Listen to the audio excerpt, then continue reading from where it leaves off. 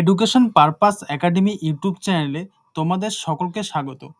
আজকে ক্লাস 5 ইংরেজি পাঠ্য বইয়ের লেসন 4 মেমোরি ইন মার্বেল এর যে অ্যাক্টিভিটিগুলি বাকি রয়েছে সেই অ্যাক্টিভিটিগুলি করে দিব। তোমরা যদি আগের অ্যাক্টিভিটিগুলি দেখতে চাও তো অবশ্যই আমাদের চ্যানেলের যে প্লেলিস্ট আছে সেখানে ক্লাস আর সাবজেক্ট অনুযায়ী ভাগ করে দেওয়া আছে, তোমরা সেখান থেকে দেখে নিতে পারো।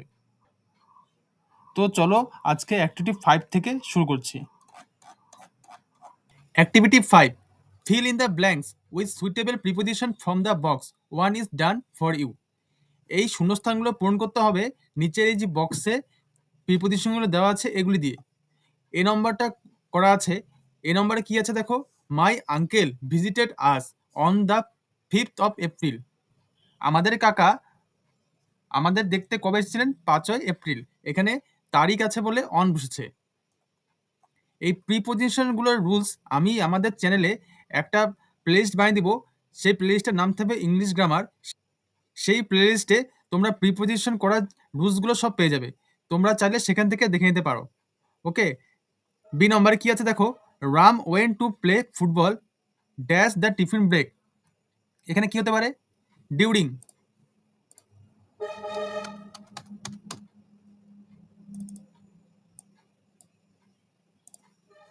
রাম টিফিনের সময় ফুটবল খেলতে গিয়েছিল।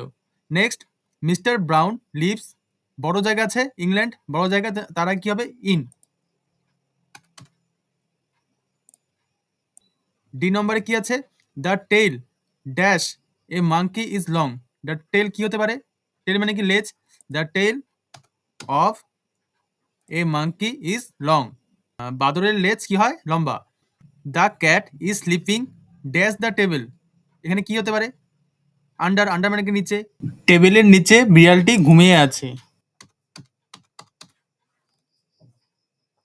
Next, Mrs Das brought sweets dash the children. কি হতে পারে? ফর। ফর মানে কি? জন্য। জন্য বোঝাতে ফর ব্যবহার করা হয়। মিসেস দাস বা শ্রীমতী দাস বাচ্চাদের জন্য মিষ্টি কিনে নিয়ে এসেছিল। Rahul came dash my house this morning. Rahul came to my house this morning. আজ সকালে রাহুল আমার বাড়িতে এসেছিল। Next, activity 6. Fill in the blanks with appropriate articles. One is done for you. এখানে আর্টিকেল দিয়ে শূন্যস্থানগুলি পূরণ করতে হবে। তার আগে জানতে হবে আর্টিকেল কোনগুলি। আর্টিকেল হচ্ছিল এ, এন, দি। এই তিনটা হচ্ছিল আর্টিকেল। এগুলো দিয়ে তোমাদের শূন্যস্থানগুলো পূরণ করতে হবে। ওকে,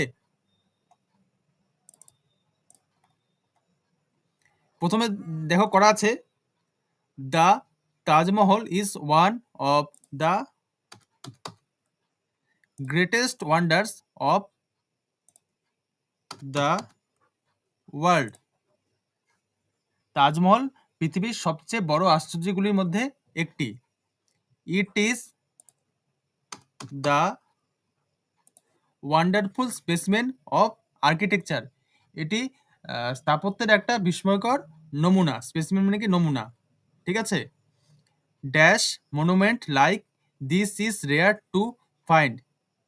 এখানে কি হতে পারে?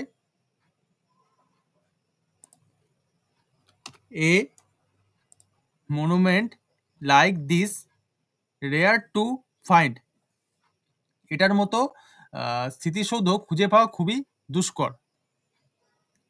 I am proud to be an Indian. ঠিক আছে, আই ভাওয়াল আছে বলে এখানে অ্যান বসলো।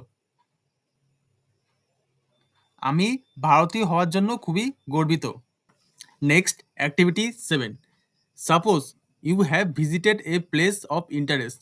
নাও write at least 5 sentences about that place. Begin with the name of the place. Here are some hints. ধরো তুমি কোনো একটা জায়গায় ঘুরতে গিয়েছো, সেই ঘুরতে যাওয়ার জায়গা নিয়ে তুমি 5টা বাক্য লিখবে। ঠিক আছে, এখানে কিছু হিন্টস দেওয়া আছে, তুমি এটা সাহায্য নিতে পারো। তো আমি লিখে দিচ্ছি, তোমরা খাতায় লিখে নিতে পারো। প্রথমে 1 নম্বরে আছে, last summer I visited a zoo.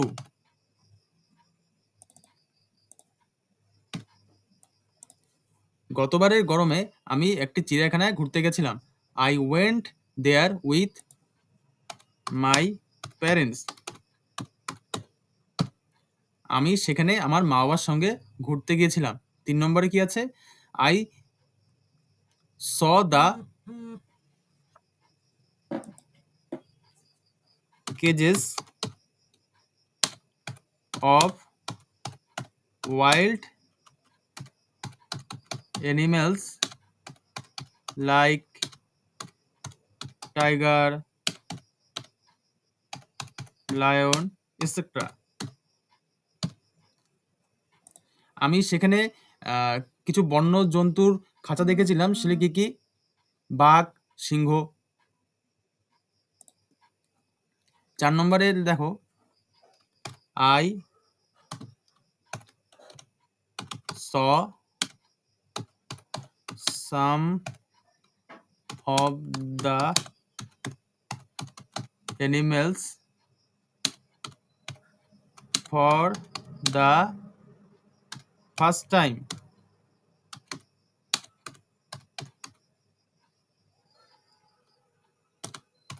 in my life.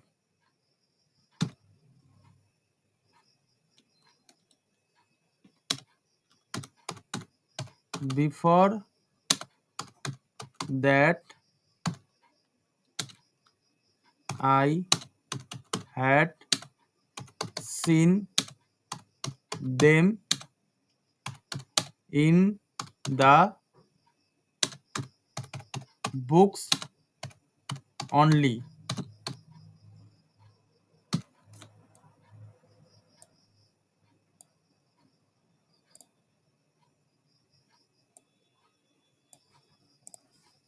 I saw some of animals for the first time in my life. আমি সেখানের কিছু জন্তু বা পশু দেখেছিলাম আমার জীবনে প্রথমবারের মতো। Before that I had seen them in the books only. এর আগে আমি তাদের কোথায় দেখেছিলাম? শুধুমাত্র বইয়ের পাতায়। ঠিক আছে, next 5 number, we had a great fun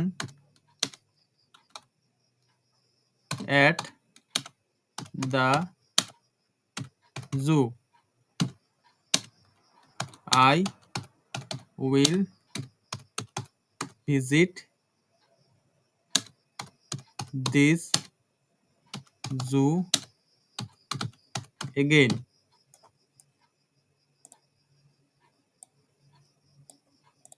We had a great fun at the zoo. আমরা সেই চিড়িয়াখানায় খুবই মজা করেছিলাম। I will visit this zoo again. আমি এই চিড়িয়াখানায় আবার ঘুরতে আসব। ঠিক আছে, তোমরা এটা খাতা লিখে নিবে। Next, activity 8. Write 5 sentences about your journey from your home to school. You can use the following hints. এখানে হিন্টস দেওয়া আছে কিছু। এটার হেল্প নিয়ে তুমি তোমার বাড়ি থেকে স্কুলে যাওয়ার পথে কি কি ঘটনা ঘটে সেটা নিয়ে তুমি একটা প্যারাগ্রাফ লিখতে পারো বা 5টা সেন্টেন্স লিখতে পারো। ঠিক আছে, তো এটাও তোমাদের আমি লিখে দিচ্ছি, খুব সুন্দর করে বুঝে দেওয়া আছে, একদম বাংলা মানে শুদ্ধ বুঝে দিচ্ছি। হেডিং দিয়ে দিবে এটার, my journey from home to school. 1 নম্বরে দেখো কি আছে, I live at Shuknagar and read in Shuknagar high school. আমি শুকনগরে বাস করি এবং শুকনগর হাই স্কুলে পড়াশোনা করি। The distance between my house to school is 2 কিমি। আমার বাড়ি থেকে আমার স্কুলের দূরত্ব 2 kilometre. I go to school by cycle. আমি সাইকেলে করে স্কুলে যাই। Our school is very close to the hospital. আমাদের বিদ্যালয় বা স্কুল হসপিটালের খুবই কাছে। Beside the way to school I see many shops by the side of the road. School যাওয়ার পথে রাস্তার যে দুপাশে অনেক দোকান আমি দেখতে পাই। My friends also go to school with me. আমার বন্ধুরা আমার সঙ্গে স্কুলে যায়। And it is the most exciting part of my journey. এবং এটি আমাদের স্কুলে যাওয়ার সবথেকে আকর্ষণীয় ব্যাপার। তো এখানে 5টা বদলে 6টা সেন্টেন্স লেখা আছে।